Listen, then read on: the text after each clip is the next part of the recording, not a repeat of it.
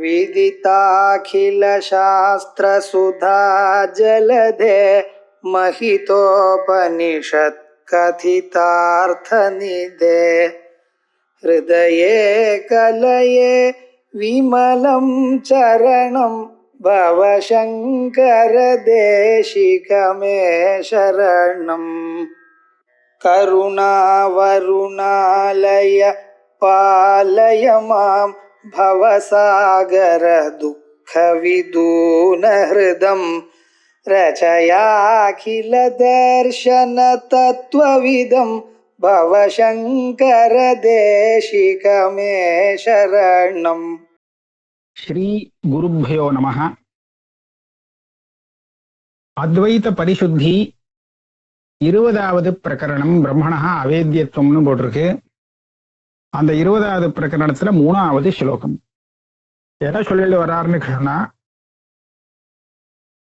பிரம்மங்கிறது ஸ்வயம் அனுபவஸ்வரூபமாக இருக்கிறதுனாலே அது அனுபவமாக இருக்கே தவிர அனுபவத்துக்கு விஷயமாகாது.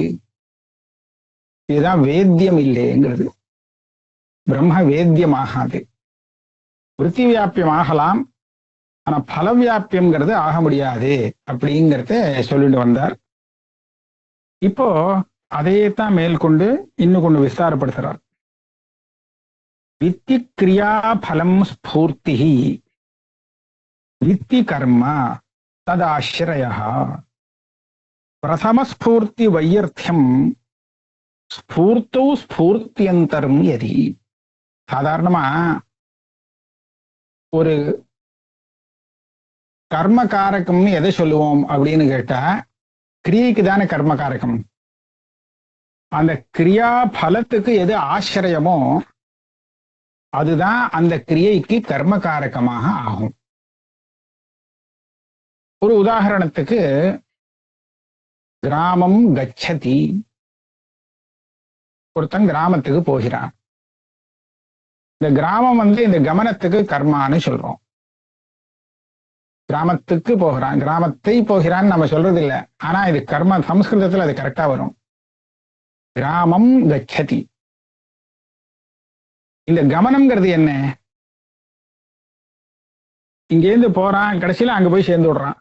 ஆக இந்த உத்தர தேசத்துல இவன் போய் சேர்றானோ இல்லையோ, சயோகம் ஏற்படுறதோ இல்லையோ இவனுக்கு, அந்த சயோகம் வரத்துக்கு என்ன பண்ணணுமோ அந்த கிரியைக்கு தான் கமனம்னு பேரு.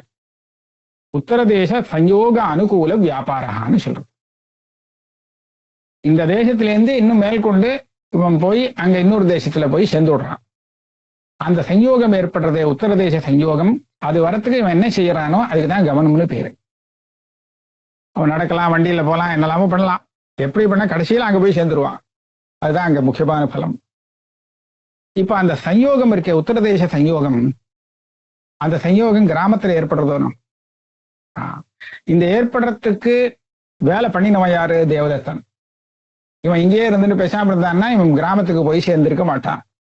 ஆக உத்தரதேசம்ங்கிற அந்த கிராமத்திலே இவனுடைய சயோகம் ஏற்படுவதற்கு இவன் எந்த காரியம் செய்யறானோ அந்த காரியத்துக்கு கவனம்னு பேரு.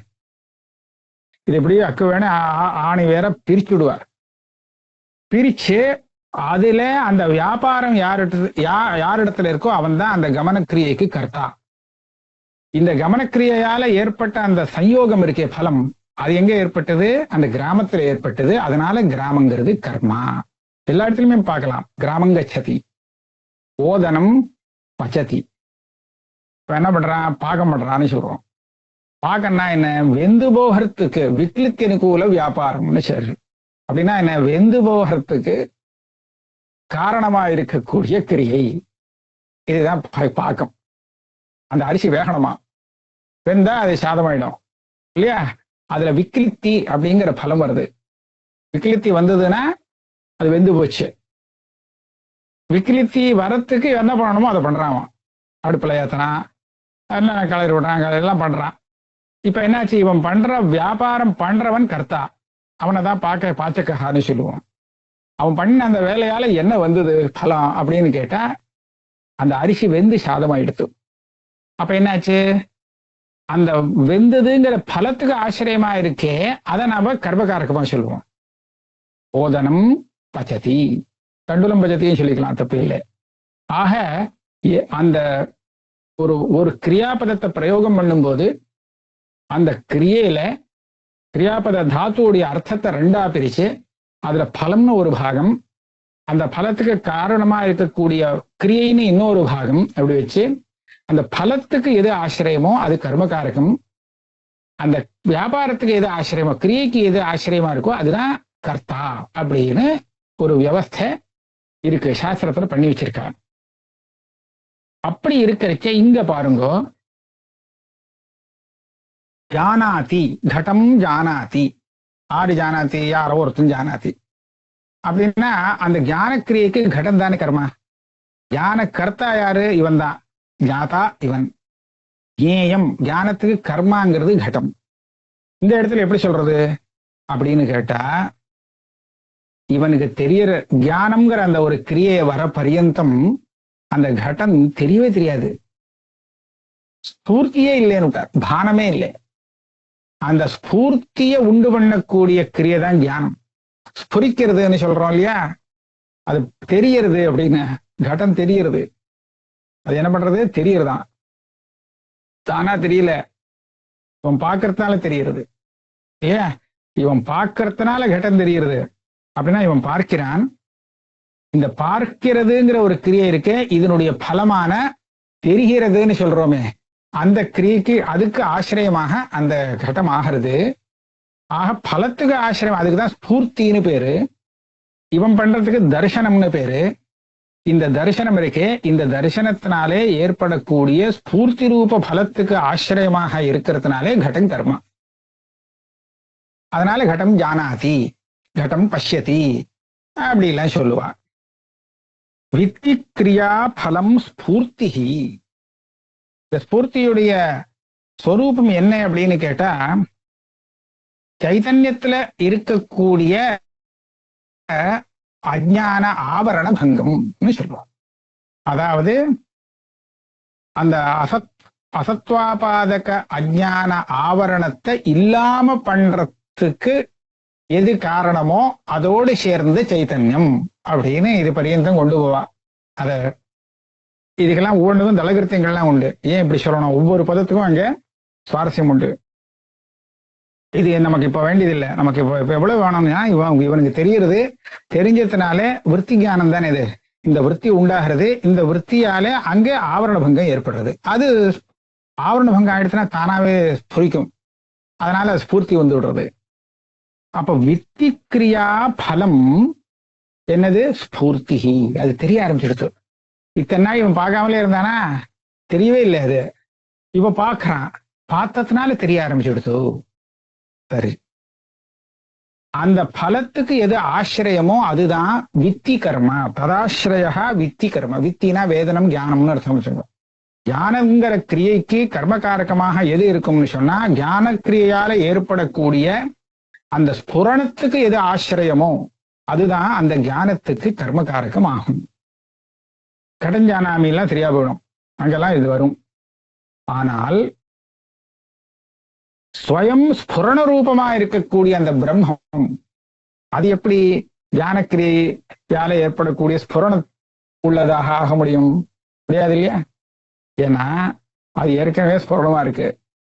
இந்த ஞானம் இன்னொரு ஸ்புரணத்தை உண்டு பண்ணியதுன்னு சொன்னா என்ன வேலை? அந்த ஸ்புரணத்துக்கு ஏற்கனவே ஸ்புரணம் இருக்கே, அந்த ஸ்புரணம் என்ன பண்றது? இந்த ரெண்டாவது ஸ்புரணத்தை உண்டு பண்றதுக்கு இல்லையா?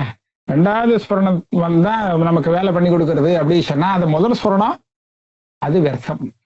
அதனாலே ஸ்வயம் ஸ்புரண ரூபமாக இருக்கிற காரணத்தினாலே இந்த பிரம்மானுபவம் இருக்கே, பிரம்மஸ்வரூபமான அனுபவம், இது அனுபவத்துக்கு கர்மகாரகம் ஆகாது, விஷயமாகாது. ஏன்னா அனுபவத்துக்கு விஷயமாகணும்னா இந்த அனுபவத்தினால அதுக்கு ஸ்புரணம் ஏற்படணும். அனுபவத்தினால ஒரு ஸ்புரணம் அதுக்கு ஏற்படலை, ஏன்னா அது ஏற்கனவே ஸ்புரணமாவே இருந்துட்டு இருக்கு. ஆகையாலே அது அனுபவத்துக்கு கர்ம ஆகாது யுக்தி சொல்றார். பிரதம ஸ்பூர்த்தி வையர்த்தியம் ஸ்பூர்த்தோ ஸ்பூர்த்தியந்தரம். இது ஸ்பூர்த்தியான அந்த பிரம்மத்துக்கு இன்னொரு ஸ்பூர்த்தி இது உண்டு பண்ணி கொடுத்ததுன்னு சொன்னா அந்த முதல் ஸ்பூர்த்திக்கு என்ன வேலை? ஒன்றும் பிரயோஜனம் இல்லை. இன்னொரு திருஷ்டாந்தம் நான் கொடுக்கிறார். சூரியே சூர்யாந்தரஞ்சேத் சியாத் பிரதம கிம் கரிஷ்யதி அனுபூதி தத்தோ நஸ்யாத் அனுபாவியா கசஞ்சன. இந்த சூரியன் பிள்ளையாரையும் பிரகாசப்படுத்துறாரோ இல்லையோ, வெளிச்சம் இல்லாம பார்க்க முடியாது, அதுக்கு சூரிய வெளிச்சம் நமக்கு உபயோகப்படுறது. சூரியனை பார்க்கணும், அதுக்கு இன்னொரு சூரியனை கொண்டா அப்படின்னு கேட்டான்னு வச்சுக்கோங்க, இன்னொரு சூரியன் வந்தா தான் இந்த சூரியனை பார்க்க முடியும் அப்படின்னு இருந்தால் அது எவ்வளவு அசட்டத்தனம்னு சொல்றாரு. சூரியே சூரியாந்தரஞ்சேத் சியாத். இந்த ரெண்டாவது சூரியன் வந்துருத்தா, இது எதுக்காக வந்து நான் சூரியனை பார்க்கணுமே, அதுக்காக சூரியனை பார்க்கறதுக்காக இந்த ரெண்டாவது சூரியன் வந்ததே. இந்த ரெண்டாவது சூரியனே கடத்தை பார்க்கறதுக்கும் உபயோகப்படுத்தலாமே. அப்ப எதுக்கு அந்த முதல் சூரியன்? ரெண்டு சூரியன் எதுக்கு? அந்த சூரியனை பார்க்கறதுக்கு எந்த சூரியன் கொண்டு வந்தையோ அந்த சூரியனை வச்சே இந்த சூரியன் செய்யற வேலையெல்லாம் பார்த்துட்டு விடலாமே. ஒரு தீபத்தை கொண்டு வந்தா அங்க உள்ள பதார்த்தங்கள் எல்லாம் பார்க்கறதுக்கு, இந்த பதார்த்தத்தை இந்த தீபத்தினால பார்த்துடலாம். ஆனா அந்த தீபத்தை நான் பார்க்கணுமே, அதுக்கு என்ன பண்றதுன்னா இன்னொரு தீபத்தை கொண்டு வரான்னு வச்சுக்கோ. அப்ப அந்த இன்னொரு தீபமே இந்த பதார்த்தத்தையும் காமிச்சு விட்டுடுமே. எந்த தீபத்தை பிரகாசப்படுத்துறதுக்காக கொண்டு வந்தா என்ன, கடத்தை பிரகாசப்படுறதுக்காக கொண்டு வந்தா என்ன, அந்த தீபமே போருமானது தானே. அதனால எப்படி அந்த சூரியனுக்கு இன்னொரு சூரியன் தேவையில்லையோ, தீபத்துக்கு இன்னொரு தீபம் தேவை இல்லையோ, அதுக்கு பிரயோஜனம் இல்லை ரெண்டாவது சூரியனை கொண்டு வந்தா. அதே மாதிரி தான் அனுபூதிக்கு இன்னொரு அனுபவம் கிடையாது. அதனால அனுபூதி தத்தோ நஸ்யாத் அனுபாவியா கசஞ்சன. இந்த அனுபூத்தின அனுபவமா இருக்கே, அது அனுபவத்துக்கு விஷயமாக ஆக முடியாது. ஆக அனுபவத்தை நான் அனுபவிக்கிறேன் அப்படின்னு சொல்லக்கூடாது. நான் அனுபவிக்கிறேன் அதோட சொல்லிக்கலாம். என்னத்தை அனுபவிக்கிறேன்னா அனுபவிக்கிறேன் அவ்வளவுதான். கர்மக்கும் தன் நகத்தியத்தை அப்படின்னு சொல்ல வேண்டியதான். அதெல்லாம் சொல்ல முடியாது அப்படின்னு. இங்கே இந்த பூர்வபக்ஷிகள் சில பேர் சொல்லியிருக்கலாம், இந்த அனுபவத்துக்கு அனுபவம் விஷயம் இல்லை அப்படின்னு நீங்க சொல்றீங்களே அத்வைதிகள்.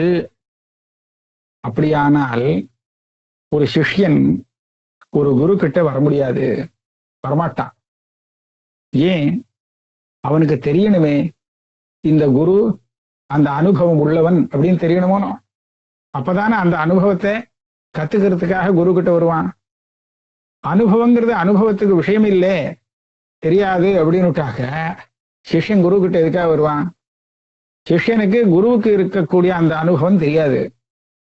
அப்படி இருக்கிறச்ச இவருக்கே அனுபவம் இருக்குங்கிறது அவனுக்கு தெரியாத போகும்போது அவர்கிட்ட அனுபவத்தை நம்ம கத்துக்கலான்னு சொல்லி வருமானா எவனாவது? அவருக்கே ஒண்ணும் தெரியாது, அவர்கிட்ட போய் என்ன பிரயோஜனம்னு பேசாம இருந்துருவான்.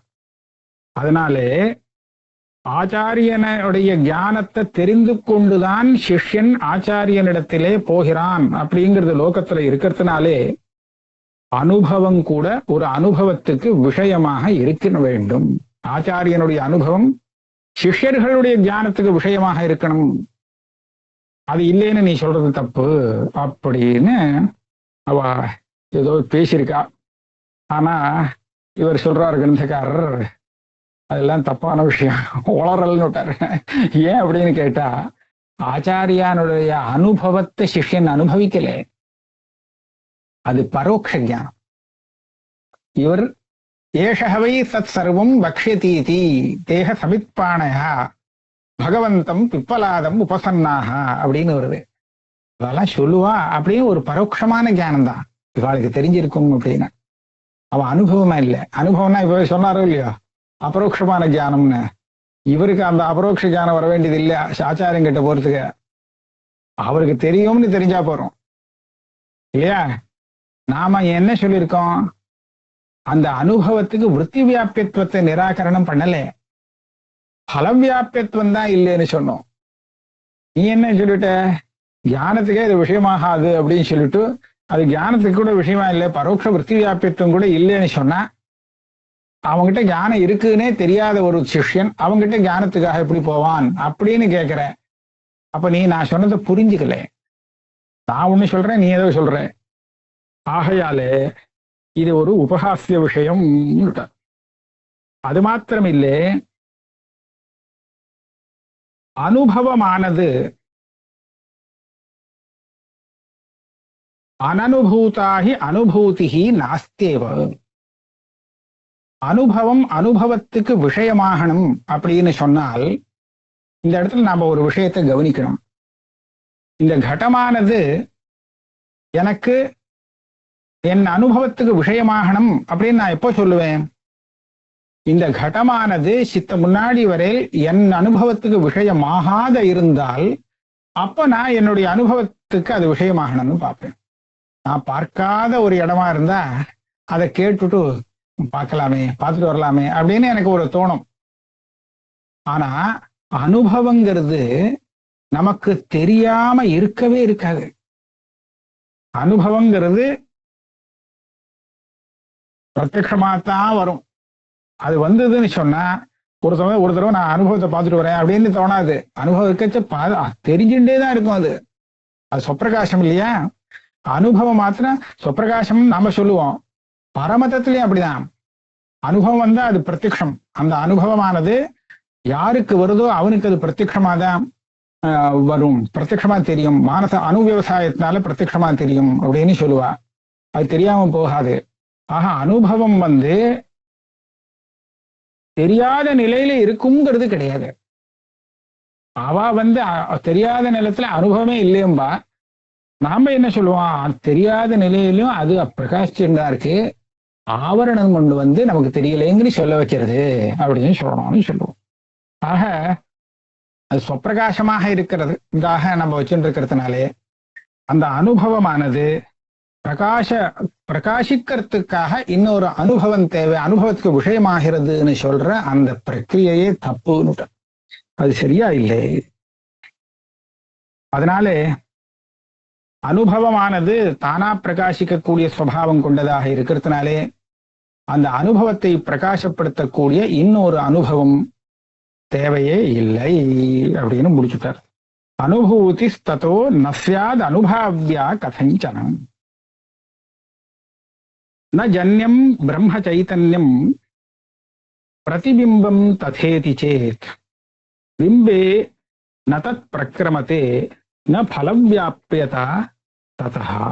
இங்க ஒரு கேள்வி கேட்கலாம். இந்த பிரம்மந்தான் அனுபவம்னு சொல்லிட்டா அந்த அனுபவம் நித்தியமாச்சே, அதுக்கு உற்பத்தி கிடையாது. ந ஜன்யம் பிரம்ம சைத்தன்யம். அப்போ பிரம்ம சைத்தன்யத்தை அனுபவம் அப்படின்னு சொன்னா அனுபவங்கிறது அத சொன்னோம்னா அதுக்கு உற்பத்தி இல்லாத போயிடுமே. ஆமாம், அதுக்கு உற்பத்தி கிடையாது. அப்ப எப்படி உற்பத்தி ஆறுது? லோகத்துல அனுபவம் வருதுன்னு சொல்றோமே அப்படின்னு சொன்னா அப்ப என்ன சொல்லணும்? பிரதிபிம்பம் ததா. அந்த விற்த்தியில அந்த அனுபவம் சைத்தன்யங்கிறது பிரதிபலிக்கிறதே, அந்த பிரதிபிம்பம் உண்டாகிறதுன்னு சொல்லுவோம். ஏன்னா அந்த பிரதிபிம்ப எதுல வந்ததோ அது உண்டாகிறது. அந்த விற்த்தியானது பிரமாண வியாபாரத்தினாலே ஏற்படக்கூடியதாக இருக்கிறதுனாலே அதுல பிரதிபலிக்கக்கூடிய சைத்தன்யமும் உண்டாகிறதுன்னு சொல்லுவோம்.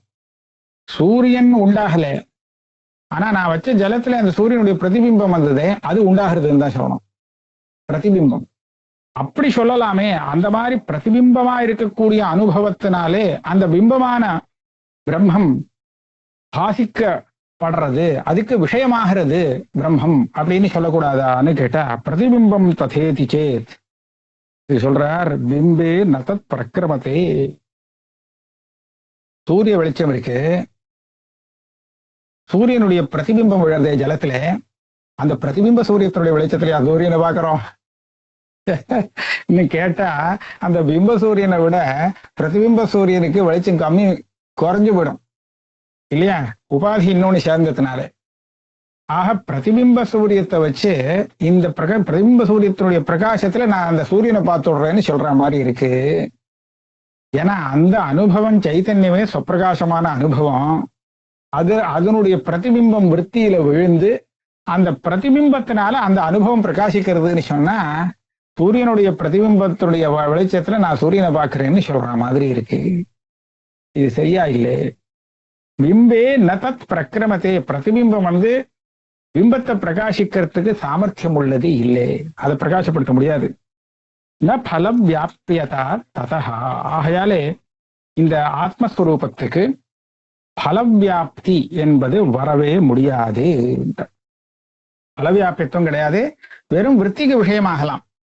ஒரு சைத்தன்யம்ங்கிற அனுபவம் இருக்கே, சைத்தன்யத்துக்கு அது விஷயமாறுதுன்னு சொல்லவே முடியாது. இது அதனால தான் நமக்கு ஸ்ருதி என்ன சொல்றது, அது மேல சொல்றார், யஸ்யாமதம் தஸ்ய மதம். இது ஒரு ஸ்ருதி. அவிஜாத்தம் விஜானதாம். அடுத்த இன்னொரு வாக்கியம், ஸ்ருதி வாக்கியம், விஜாத்தார மரே கேன விஜானியாம் இதி விஜானியாதிதி ஸ்ருதே. இந்த மாதிரி நிறைய ஸ்ருதிகள் இருக்கு. அது என்ன சொல்றது, யஸ்யாமதம் தஸ்ய மதம். வெறும் இந்த வாக்கியத்தை எடுத்து பார்த்தோம்னா நமக்கு ஒரு தப்பான அர்த்தம் கிடைக்கும்.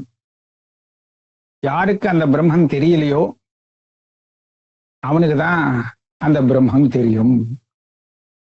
அப்படின்னா அஷடுகளுக்கெல்லாம் பிரம்மம் தெரியும்னு சொல்ற மாதிரி அர்த்தமாயிடும். அப்படி இல்லை.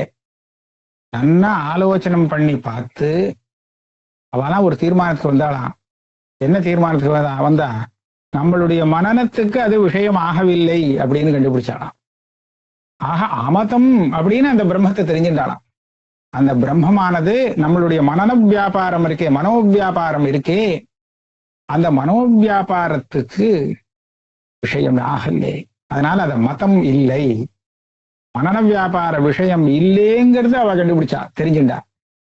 அப்படி தெரிஞ்சின்றவாள் தான் சரியான தெரிந்தவர்கள் பிரம்மஜானிகள்னு சொல்ல வருது. ஆக பிரம்மம் கூட ஒரு அனுபவத்துக்கு விஷயமாக ஆனால் அப்ப அமதம்ங்கிறது தான் மதம்னு எப்படி ஸ்ருதி சொல்லும்? அமதமாவே இருக்காது, அதுவும் மதம் ஆயிடுமே. அதனால அனுபவத்துக்கு அது விஷயம் இல்லை அப்படிங்கிறத ஸ்ருதி நமக்கு காண்பிக்கிறது. அது மாத்திரம் இல்லை, அதே ஸ்ருதி வாக்கியத்துல பின்னாடி வருது, அவிஜாத்தம் விஜானதாம். நிஜமாக பிரம்மஜானியாக இருக்கிறவர்கள்கிட்ட கேட்டா அவளுடைய மதம் என்னன்னு கேட்டா, பிரம்ம ஞானத்துக்கு விஷயம் இல்லை அப்படின்னு அவ தெரிஞ்சுன்றா. அப்படி தெரிஞ்சுட்டு பிரம்ம ஞானத்துக்கு விஷயம் இல்லை, அது ஞான ஸ்வரூபம், ஆனா ஞானத்துக்கு விஷயம் இல்லை அப்படிங்கிறத அவ சொல்றா. அப்படிங்கறது சொல்றது அவிஜாத்தம் விஜானதாம். இன்னொரு ஸ்ருதி என்ன சொல்றது, நீ எங்கேயோ வைக்கா போற, இந்த ஆளையே பாரு, விஜாத்தா விஜாத்தார மரே கேன விஜானியாத். இந்த கடத்தை பாக்குறானோ இல்லையோ, யாரு, நான் தான் பாக்குறேன் அப்படின்னு தானே ஒருத்தனை சொல்லுவான். யாரு பாக்குறாவா, நான் தான் பாக்குறேன். உன்னை யாரு பாக்குறான்னு சொன்னா இல்லையா, அந்த கடத்தை நீ பாக்குறப்பா, அது உனக்கு தெரியுது. அப்படின்னா நீ பாக்கறே அப்படின்னு சொல்லி உன்னை பாக்குறவன் யாருன்னா, என்ன நானே பாத்துக்கிறேன் அப்படியா சொல்றது? என்னை பாக்குறதுக்கு நான் வேண்டாம். அதாவது அது தானே தெரியும். கடம் அப்படி இல்லை, தானா தெரியக்கூடியது இல்லை, நான் பார்த்தாதான் தெரியும். ஆனா நான் எனக்கு சுப்பிரகாசமா இருக்கேன், அதுக்கு எனக்கு பார்த்தாதான் தெரியும் நான் இருக்கேனா இல்லையான்னு அப்படிங்கிறது இல்லை. அதனால விஜாதாரம், அந்த பார்க்கிறவனை எதை கொண்டு பார்க்க வேண்டும் அப்படின்னு கேட்டா, எதுவுமே வேண்டாம் அவன் பார்க்கறதுக்கு. அவன் சுப்பிரகாசமா இருக்கான், அவனை பார்க்கறதுக்கு ஒண்ணும் வேண்டாம். அவன் ஒரு ஞானத்துக்கு விஷயம் ஆக மாட்டான் அப்படின்னு சொல்றது. விஜாதாரம் அரே கேன விஜானியாத் இதி ஸ்ருதே. இது மைத்ரேயி பிராமணத்துல வருது. மைத்ரேயி பிராமணத்திலே மைத்ரேயிக்கு யாஜ்ஞவல்கர் உபதேசம் பண்றார். உபதேசம் பண்ணும்போது அங்க நடுப்புற ஒரு விஷயம் வந்துடுத்து. இவருக்கு ரொம்ப கலங்கி போயிட்டா மைத்ரேயி, மோகம் வந்துடுத்து. இந்த பெருசா பிரமாதமா பிரம்மஸ்வரூபத்தெல்லாம் வர்ணிச்சுட்டே வந்து கடைசியில அந்த ஸ்வரூபம் இருக்கே, இந்த சரீரம் வருதோ இல்லையோ, சரீரம் இந்த சரீரத்தோடு சேர்ந்து உற்பத்தி ஆகி சரீரம் விநாசத்தை அடையும் போது விநாசத்தை அடைஞ்சுடுறது. அதுக்கப்புறம் இந்த சைத்தன்யமே இல்லை அப்படின்னு ஒரு வார்த்தையை போட்டார். இதை போட்ட உடனே பயந்தே போயிட்டா. இது என்னடா அது, நாம எதை தெரிஞ்சுட்டா மோட்சத்தை அடையலாமோ அதை சொல்லி கொடுன்னு கேட்கறச்சே, அது அமிர்தமாக இருக்க வேண்டாமா? நம்ம ஸ்வரூபத்தையே இவர் பாட்டு சரீரம் போனா போச்சு அப்படின்னு விட்டாலே அப்படின்னு நம்மளே போயிட்டோம்னா அப்ப மோட்சம் யாருக்கு மோட்சம் அப்படின்னு சொல்லிவிட்டாரேன்னு கலங்கி விட்டா. உடனே கேட்கிறா, இந்த மாதிரி சொல்லிட்டே. அப்பா அவர் சொல்றா, இல்ல அந்த மாதிரி சொல்லல, நான் ஆத்மஸ்வரூபம் அங்க விநாசமாகும்னு சொல்லல. இந்த ஆத்மஸ்வரூபத்துக்கு வெவ்வேறு விதமான பேர்கள் இருக்கோ இல்லையோ, அதெல்லாம் தான் போயிடுங்க. ஆத்மஸ்வரூபத்துக்கு இப்ப நான் மனுஷன், நான் எனக்குன்னு ஒரு பேர் உள்ளவன், இந்த குலத்துல பிறந்தவன். இந்த சரீரத்தை வச்சு எத்தனை விசேஷங்கள் வருது, அது எல்லாம் ஒண்ணும் இருக்காது. அவ்வளவுதான் அர்த்தம். அவினாஷிவா அரே அயமாத்மா அனுச்சித்தி தர்மா அப்படின்னு சொல்லிட்டு இந்த ஆத்மஸ்வரூபத்தை தன்னை தானே அது தெரிஞ்சுக்கிட்டமேன்னு அப்ப கேட்டான். மத்ததை வேணா தெரிஞ்சுக்க வேண்டாம், தன்னைத்தானே தெரிஞ்சுக்கிட்டமே அப்படின்னு சொன்னா அங்கதான் இங்க வருது. எத்திரஹி துவைதமிவ பவதி, தன்னை காட்டிலும் வேறானதாக ஒன்று இருந்தால் அதை இது பார்க்க முடியும் இல்லையா? தன்னையே தானே எப்படி பார்த்துக்க முடியும்? பார்க்க முடியாது. இதுதான் விஞ்ஞாதார வரே கேன விஜானியா. ஆக இந்த ஆத்மா பார்க்கிறவன் தன்னை காட்டிலும் வேறான ஒரு வஸ்து, துவைத்தம்னு அதுக்கு பேரு, அது கல்பிதமாக அது இருக்கும் நிலையிலே அதை பார்க்க முடியும், பார்ப்பான். ஆனா அது எல்லாம் அடங்கி ஒரே அத்விதீய ஆத்மஸ்வரூபமாக இருக்கும் போது எதனால எதை பார்ப்பான்? பார்க்கிறவன் அவனுக்கு பார்க்கறதுக்கு விஷயம் கிடையாது, சாதனம் கிடையாது, அவன் மாத்திரம்தான் இருக்கான்னு சொன்னா எதை பார்ப்பான்? தன்னையே தானே பார்த்துக்கிட்டோம்னு சொன்னா விஞ்ஞாதார மாதிரி கேன விஜானியா இல்லையா அப்படின்னு சொல்லியிருக்கு இந்த இடத்துல. ஆக இந்த ஸ்ருதிகளை பார்க்கும்போது நிஜமாக ஆத்மஸ்வரூபத்துக்கு அனுபவ விஷயத்துவம் கிடையாது அப்படிங்கிறது பளிச்சுன்னு தெரிகிறது. இந்த பிரகரணத்தை இதோட முடிக்கிறார். கடைசியில உபசம்ஹார ஸ்லோகம். பிரகாஷ்ய கும்பாதிஹி ஸ்வம் அனுபததா சௌரமஹசா பிரகாஷ்யோ நைவ இனஹ நிஜஸ்ருத பராவிருத்த கர்ணிபிஹி ஜகத்வேத்யம் விருத்தி பிரதிபலித சைதன்ய மகசா. பலத்தின்னு இருக்கு, பலித்தன்னு இருக்கணும். ந சைதன்யம் தன்மே ஸ்புரது பரிசுத்தம் ஸ்ருதி நுதம். இந்த கும்பம்னா கடபட்டாதிகள்லாம் இருக்கே, கும்பாதிகள், இதெல்லாம் எப்படி பிரகாசிக்கப்படுறது அப்படின்னு சொன்னா அந்த கும்பாதிகள் மேல விழக்கூடிய சூரிய மகசா, சௌர மகசா, சூரியனுடைய வெளிச்சம் படுவதாலே அந்த கலசாதிகள், கும்பாதிகள் பிரகாசிக்கப்படுகிறது. இது நமக்கு தெரிஞ்ச விஷயம். ஆனால் அந்த சூரியன் எந்த வெளிச்சம் பட்டு கட்டாதிகள் பிரகாசிக்கிறதோ அந்த பிரகாசத்தினாலே வெளிச்சம் பட்டு சூரியன் பிரகாசிக்கவில்லை. பிரகாஷ்யோ நைவ இனஹா, இனஹானா சூரியன்.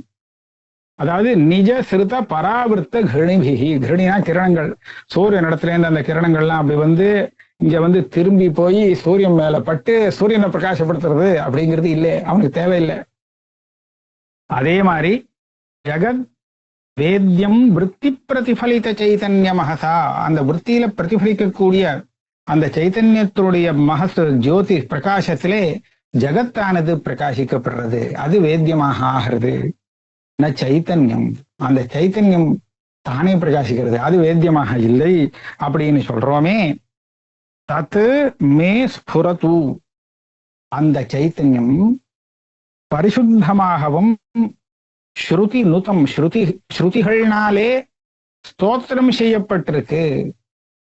அப்படின்னா விசிஷ்ய தாத்பரியத்தோடு ஸ்ருதி சொல்லி கொடுக்கக்கூடிய அந்த சுத்தமான சைத்தன்யம் இருக்கே, பரிசுத்தமான சைத்தன்யம், அது எனக்கு ஸ்புரிக்கட்டும், அதாவது அந்த ஆத்ம சாட்சா்காரம் நமக்கு ஏற்படட்டும் அப்படின்னு மங்களத்தோட இந்த பிரகரணத்தை பூர்த்தி பண்றார். ஓம்